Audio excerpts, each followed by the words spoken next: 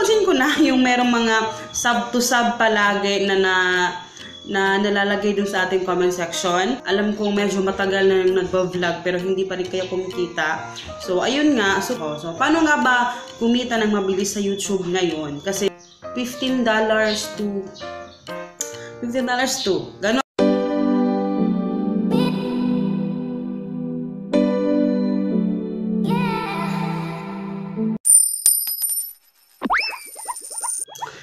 Hello guys! Good afternoon! So, actually nag-edit ako kanina. Pero talaga antok ako. Tayo mag-vlog mamaya. So today, dahil meron akong gustong i-share sa inyo yung about sa YouTube, okay? Kasi ang dami sa inyo. Napapansin ko na yung merong mga sub to sub palagi na nalalagay dun sa ating comment section. And sobrang dami na talaga nag-YouTube ngayon. So, gusto kong i-share sa inyo kung paano kabilis kumita sa YouTube ngayon. As in, sobrang ano na sa YouTube ngayon. Merong parang may iba ng changes doon sa ano. And actually, nakuha ko lang tong idea na to sa isang YouTuber na nakalimutan ko kung ano yung pangalan niya sa YouTube niya. Pero taga Mindanao din siya, I think. Taga Davao ata siya. Yun. And then, yun, gaano kabilis yung ingay. So, ayan. So, masyadong empty yung aking likod, no? Dahil wala pa akong mga inilagay ng mga koloretes. Pero anyway, yun. Kasi gusto kong i-share sa inyo talaga ito para at least makatulong sa mga ibang YouTuber na alam kong medyo matagal na nagba-vlog pero hindi pa rin kayo kumikita. So, paano nga ba kumita sa YouTube ng, alam mo yun, mabilis? Kasi usually, medyo matigas talaga si YouTube pagdating sa mga sa income. Kasi minsan, aabutin pa ng ilang buwan saka ka magsasahod. Which is, sobrang hirap nun.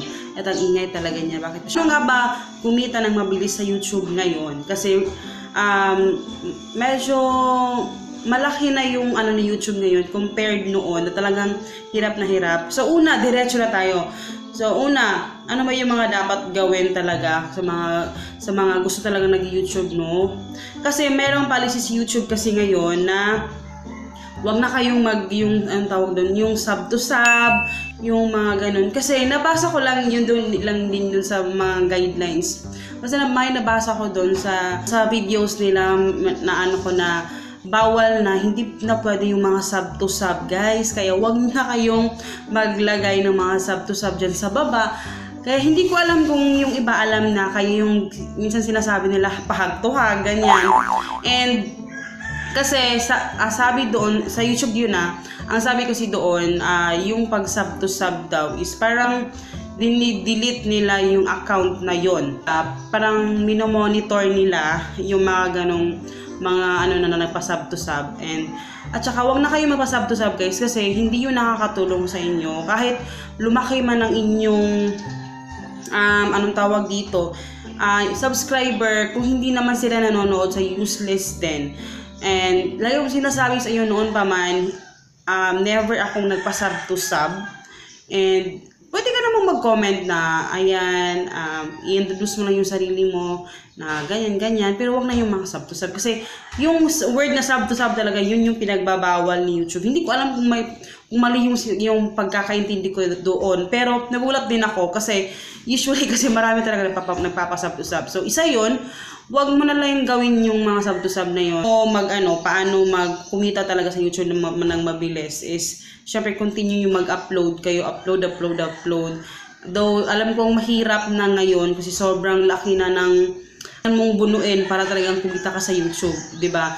Pero naiintindihan ko din kung bakit ginagawa yan ni YouTube ngayon niya, parang tinaasan nila yung watch time na kailangan mo, yung subscriber na kailangan mo, kasi doon makikita kung gaano ka talaga. Kasi usually sa mga nag-YouTube kasi ngayon, pera lang yung, parang pera na lang, parang parating na lang natin iniisip. Parating usually sa mga pumapasok na mga bagong YouTuber na nag-YouTube sila dahil nakikita nila na malaki yung kinikita ng mga YouTuber, ganyan. Kaya nag-YouTube sila. So nag-iiba na yung purpose, ganon. And parang ginagawa siguro ni YouTube yung pagbago ng kanilang guidelines or ng kanilang para at least matest talaga na talagang, kasi maraming nagtatry mag-YouTube pero nagki-quit din sila kasi hindi nila kayang, kasi hindi talaga ganun kadali. Hindi talaga ganun kadali bunuin yung, isip lang artista ka kasi mabilis lang talaga. Or TV personality ka tapos mag-YouTube ka, medyo mas mabilis yun compared sa ating mga ordinaryong mga tao lang, di ba? Kung walang sense naman yung ating pinapakita sa mga tao, hindi siya helpful sa tao, so wala din. Hindi ka makakaroon ng pera sa YouTube.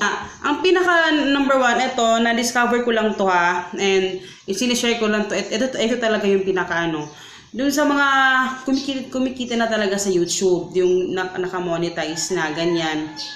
Ang alam ko is, kailangan yung video mo is umabot ng 10 minutes. Kung hindi ka makakaabot ng 10 minutes, like hanggang 9:59, pag umabot ng 10 minutes, pwede kang maglagay ng mga kung saan mo gustong ilalagay na ads doon sa videos mo. Kung may makakita kayong mga yellow na dot dyan sa baba ng inyong videos, yan. Parang kino-customize mo yung ads na kung saan mo siya gustong ilagay, kung anong oras. Basta makikita mo dyan doon sa monetization before mo siya i-publish. Makikita mo siya doon. Siguro kung na-YouTube ka na, alam mo na yon. And ang laking tulong nung mga ads na yun. Kasi noon, wala yan noon. Parang si YouTube lang yung talagang maglalagay. Parang siya lang yung may hawak ng na maglalagay ng videos dun sa ads dun sa videos mo, ganon. And ngayon, sobrang helpful talaga nun, guys. Imaginein mo kung noon ko pa talaga nalaman ito na ganon pala, sobrang ang laki pala ng sahod ko sa YouTube. Grabe. Hindi ko alam yon, okay? Kaya nung nalaman ko siya, kasi nga, yun, lumaki talaga yung income, yung kita ng YouTube ko every month. Sobrang malaki yung pinag-iba. Sobrang malaki tulong talaga. So, pasensya na putol-putol kasi tumawag si Papa. Pero ayun ha, sobrang laking tulong. Sa mga hindi nakakaalam, yun yung ginagawa ko until now. Sobrang laki. Iakuha ko ng video about sa update ng aking sahod, no? Magkano na yung income natin. Pero yun, yung gusto kong i-share sa inyo. Kung hindi nyo pa nagagawa yun, and kung nagagawa nyo na yun, well, congratulations. Pero kung hindi mo pa nagagawa dun sa mga baguhan na sa YouTube, yun, pwede nyo i-customize. Parang para sa akin, customize yung tawag ko doon, na ikaw yung maglalagay ng ads dun sa videos mo. So, imaginein mo, iba na pala talaga ngayon, ang laki na yung pinagbago, kaya ay nako talaga, sobrang helpful talaga nung bagong na sobrang dami ng ads compared. Pero hindi lahat dahil may yellow lalabas yung ads. Depende pa rin kay YouTube eh. May times pa rin na kahit may yellow siya, hindi pa rin lumalabas yung ads. Ganun. So, ganyan lang. Yun lang yung gusto kong sa iyo i-share. Tapos huwag na kayo mag-sub to sub, guys ha. Yan yung ito ay advice talaga sa inyo na huwag na lang mag-sub to sub kasi hindi nakakatulong yun sa inyo at baka worst, i-delete ni YouTube yung inyong account, okay? So, wag na mag-sub. Hindi talaga nakakatulong yan sa inyo, promise. So, I swear to God, hindi nakakatulong yan sa inyo. Mas mabuti pang mag-upload na lang kayo ng mga interesting videos or mga content na talagang mapapakinabangan ng ibang tao para at least papapanoorin kayo nila, diba? Kaya ganun na lang yung gawin natin. Huwag na lang tayo mag-sub to sub para hindi tayo ma-delete, diba? So, yun lang guys. Yun lang yung gusto kong i-share sa inyo dahil aalis na ako din anong oras na. And yun, gawin nyo na ha. Agad-agad na, as in now na. Gawin nyo na ngayon na para at least monthly na kayong, kasi alam ko mahirap talaga mag-monthly sa YouTube, lalo na kung konti lang naman yung views natin. So, yung views natin, usually sa mga views na pala guys, usually sa mga views na noon nasa mga $2 lang, $1, ganun lang yung angap. Depende sa video or sa video na pinopost ko kung marami siyang views. Ganun. Pero ngayon, umaakit na siya ng mga nasa everyday parang $15 to $15 to. Ganon. Ganon. Kwentahin nyo na lang. Diba? So, yun lang guys. Yun lang yung ano ko sa inyo. Secret lang muna pero gawa tayo ng video next time. And yun. See you in my next video guys. Bye!